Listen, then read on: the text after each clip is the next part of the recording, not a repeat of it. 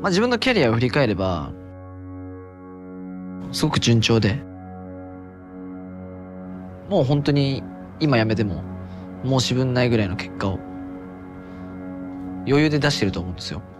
やっぱでもそれでもまだまだその満足感がないというか。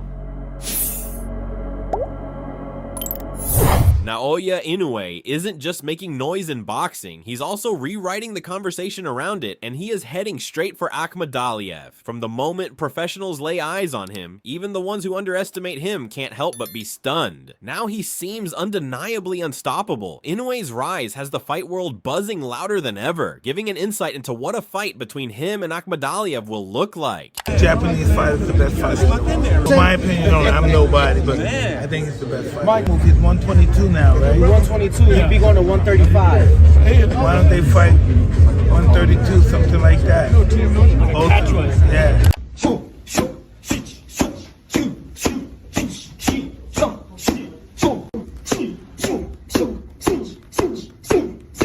Joel Diaz spoke about the upcoming Inoue versus MJ Akhmadaliev fight, explaining that MJ is entering in high spirits since this is the matchup he's been chasing. He described Akhmadaliev as a well-rounded fighter with more weapons than most of Inoue's past opponents, highlighting his Olympic background, experience against top-level competition, and mix of power and skill. Unlike the typical pressure-heavy Mexican style, Diaz noted that MJ relies more on movement and sharp footwork, which could throw Inoue off rhythm and create openings. He believes those attributes give MJ a real chance to trouble the champion. How are the spirits for that fight? Obviously, it's another.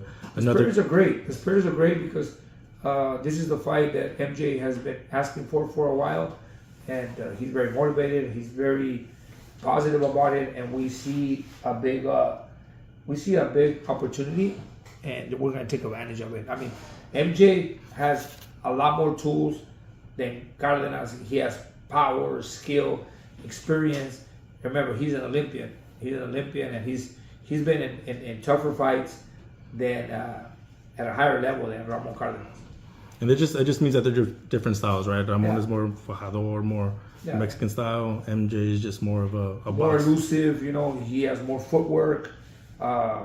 He's great. You know, he's great with his footwork, and you know, hopefully, you know, he sort of smothers Inoue a little bit and maybe frustrate him. Coach Diaz might be onto something as he has coached Timothy Bradley to a win against Manny Pacquiao, who Mike Tyson, the GOAT himself, has compared Inoue's style to, further praising Naoya Inoue, calling him more than just a great fighter, he's something extraordinary. According to Tyson, the boxing world should keep its eyes on the monster because his style is brutal, relentless, and operating at a level few can match.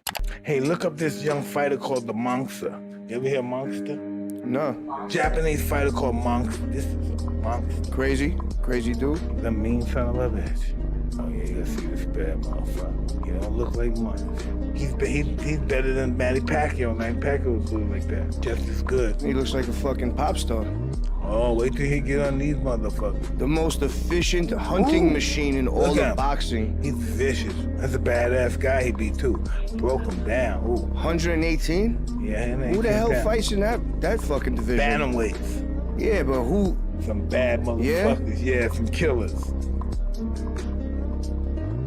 Manny Pacquiao also acknowledged this similarity between them and couldn't hide his pride while speaking about Naoya Inoue. Representing both Japan and Asia, Pacquiao said Inoue's approach in the ring takes him back to his younger days. Fast, fearless, and explosive. Let's get a question from Sean Zattel.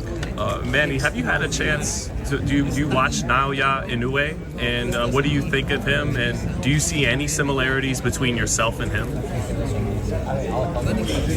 Inoue, I'm proud of him. He's from Japan in Asia, in our place. So his style is like when I was young, like 15, like when I was 115, 122, 118.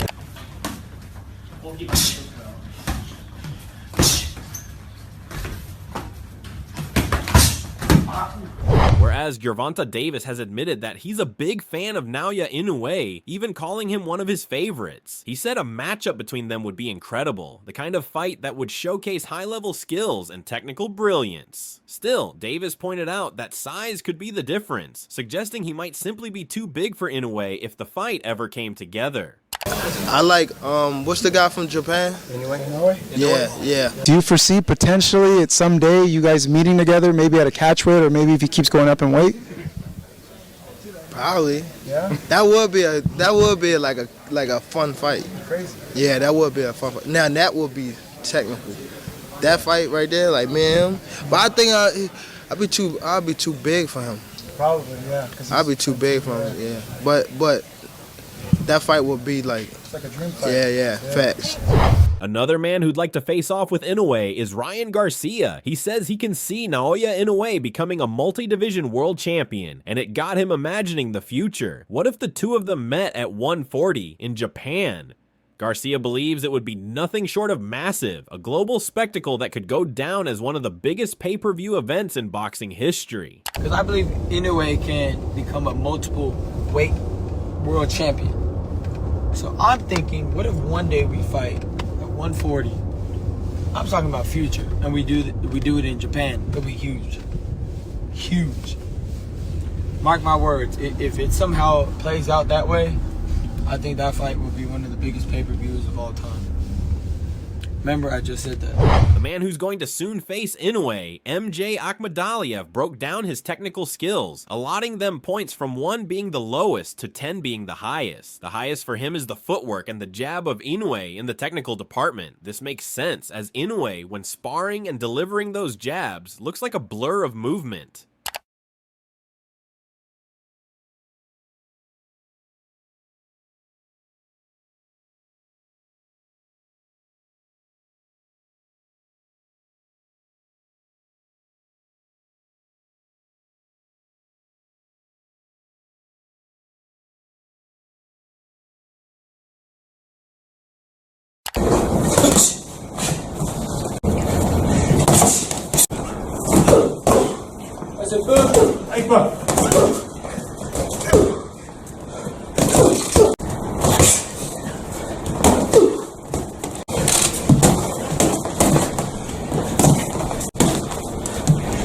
Roy Jones Jr. didn't mince words when talking about Naoya Inoue, calling him nothing short of a badass and making the case that he's truly the pound-for-pound king. Jones pointed out that while American fans may not see much of Inoue since he fights in Japan and at the lighter weights, his dominance is undeniable. For Jones, the only thing keeping Inoue from universal recognition is the lack of a blockbuster opponent in his division, but talent-wise, he's already at the very top. But at the same time, there's another tornado brewing over there in the name of Inoue.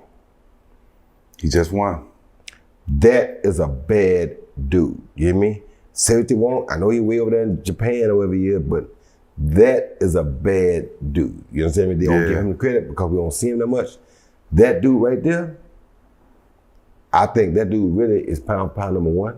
He just don't have the competition at that weight class to have that big fight to get it right now. And the United States don't know him because we don't have big fighters in his weight class over here that we know that good. For Najee, there's absolutely no debate Naoya Inoue sits at number 1. He raves about Inoue's rare mix of power, speed, precision, and angles, calling him the complete package. While he notes that Inoue's defense leans more on distance than a tight guard, he points out that the monster usually only gets touched when he's charging in without really caring about anything from his opponent, leaving a rare chance for a counter. Still, Najee makes it clear which Inoue is something truly special. Is Canelo in your top? You know what? Can you give me your top 5? Because Canelo, he was in the top 5 regularly the last, I want to say, 5-7 years. But now some people have him, some people don't. Can I get your full top 5? Yeah, he's not in my top 5 anymore. Okay. Top 10 for sure, but not top 5.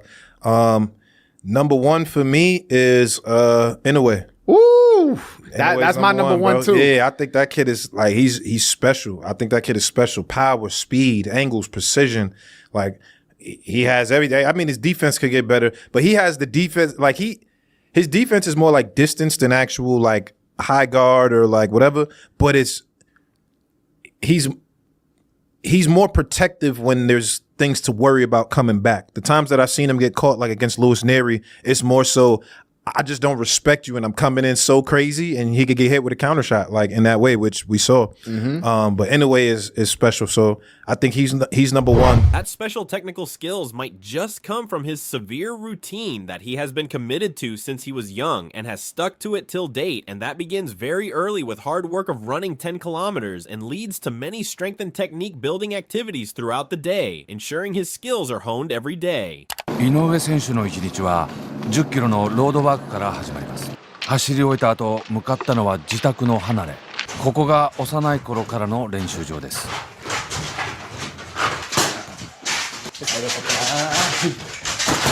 毎朝上り下りすることで腕力を鍛えてきました。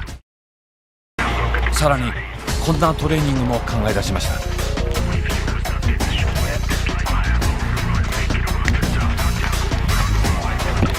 車の重さは2トン。それを50メートル。But Teddy Atlas doesn't think too highly of these skills. He thinks Akhmadaliev has a chance against him if he fights just right with a perfect balance. He began with a bit of annoyance, even laughing at a ringside remark suggesting that Akhmadaliev's best shot against Naoya Inoue was to simply throw more punches. In Atlas's view, that approach makes no sense. Firing off more shots against a sharpshooter like Inoue doesn't increase your chances of winning. It just gives him more openings to punish you. I have one of the commentators, I don't know who the guy was, but the blow-by-blow guy, I had to laugh when he said, "Oh, hey, this will never work against Inoue." What are you talking about? Why? He's got to throw more punches for you to give him a chance against Inoue? Where did you get your boxing diploma from? What school was that? I'd like to know.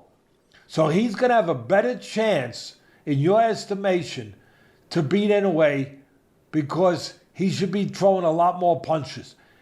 For me, that would go against his chances because then he'd have a better chance of getting caught. I think he's got a better chance to be very competitive in this Inoue because he doesn't throw reckless punches and too many punches where he gives Inoue a lesser chance to catch him as he's throwing those punches. He explained that what truly makes Akhmadaliev dangerous is his patience and accuracy. As a southpaw, he's selective with his shots, waiting for the right openings instead of wasting punches. That discipline, rather than wild aggression, is what gives him a real chance. Southpaw, he's very selective with what he throws, and when he throws, it's accurate. It's at the right place, at the right time, in the right position. He's not throwing, like you say, more punches where he might throw from too far away or too many in one spot, where Inoue, who's great at timing guys, would time him in between a fourth punch. Inoue won't have that opportunity because this guy is selective. He is smart. He is calculating. That's what gives him a chance. That's the opposite of what whoever he was. The opposite. That's what gives him a chance for me.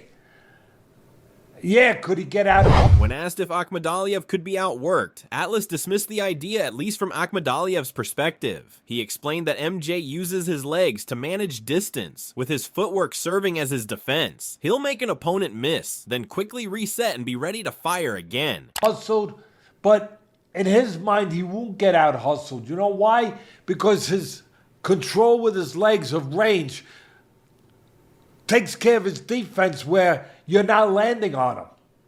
He's making you miss. And then he's back in position looking again in a very calculating, very controlled way of placing the punches without being reckless, without giving up defense. Atlas also pointed out a weakness in Akhmadaliev's game. While his footwork is generally sharp, he has a habit of retreating straight back with too many steps. Against someone like Inoue, that's a costly mistake because Inoue won't allow that kind of space. He'll cut the gap quickly, stay on top of you, and if you keep moving in a straight line, you're essentially a stationary target waiting to be punished. The one thing I see a problem with his legs, and I gave him nothing but kudos for his legs.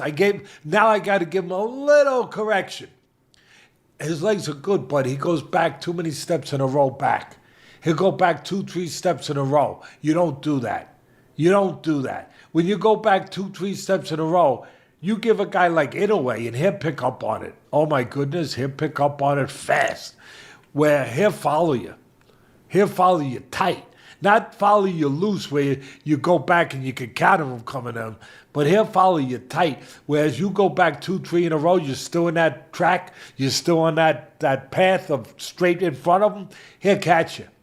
You should go back once. Atlas noted that taking a single step back is fine, but you have to add variety, whether that's countering, angling off, or slipping shots. Constantly retreating in straight lines is a recipe for trouble, and Inoue is exactly the type of fighter who capitalizes on that. Even so, Atlas gave Akhmadaliev plenty of credit, pointing to his power, sharp defensive skills, extensive amateur background, and tricky southpaw stance. He even described Akhmadaliev's punch placement as surgical. You go back one step, then counter, then get off to the side, then move your head, something. But you can't go back 2 or 3 in a row.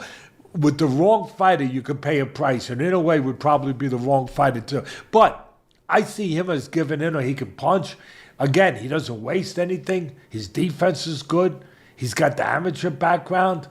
He's a southpaw. He places punches like a surgeon. That's an interesting fight.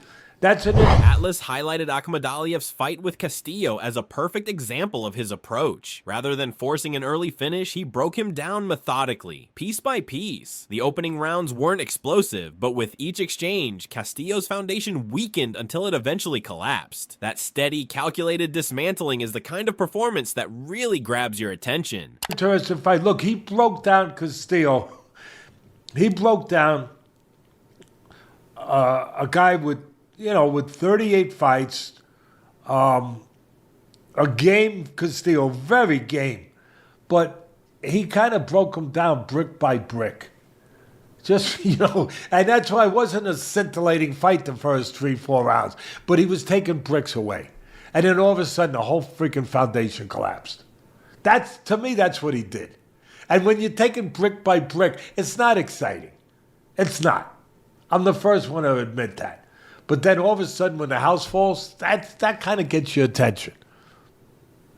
Anyway, Atlas then turned to Akhmadaliev's offensive tools, noting that he's got genuine weapons that can change a fight. One is his sneaky right hook, a punch orthodox fighters don't often expect from a southpaw, but his main weapon is the left hand, which he uses to dig to the body before firing it straight down the middle. That's the punch he's always looking to land, and Inoue will be fully aware of it. Even so, Atlas emphasized his respect for Akhmadaliev, viewing him as dangerous enough to make it a real fight. So that's what I saw. He does zero in on the left. He throw the right hook too. Well, the question is, will the monster live up to his name and tear through Akhmadaliev the way he has everyone else? Or could MJ be the one to finally slow down Inoue's climb, leaving him more unsatisfied than he is at present? Drop your thoughts in the comments below, and don't forget to subscribe for all the latest updates from the MMA world.